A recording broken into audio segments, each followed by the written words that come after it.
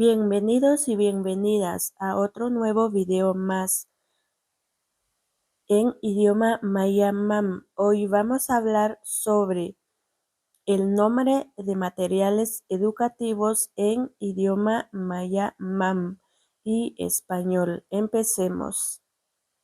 Materiales educativos. Aqnibil, Teshnaqsbil, cartel, sleuj. Papel bond tamaño carta, ots chak'uj. Papel bond tamaño oficio, nimin chak'uj.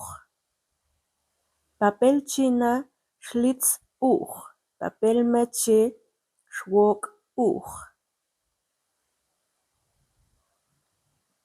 Papel manila, sqan uj. Resistol, lakbil. Regla, echbil. Tijera, matzbil. Marcador, chak tzip. Crayon, uksabil. Lápiz, setzip. Lapiceros, tzibabil. Mochila, aiqbil.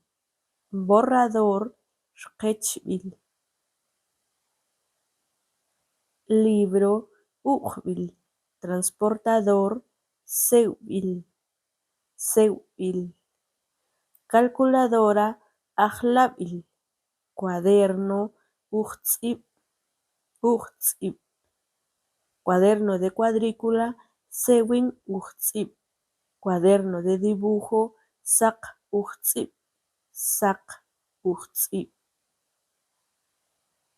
Cuaderno de doble línea, pach ujtzip.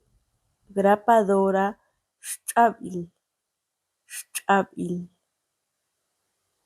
Sacapuntas, jos tzibabil. Almohadilla, su tzibin. Acuarela, uktsa. Pizarrón, sleutzip. Muchísimas gracias por estar al final de este video.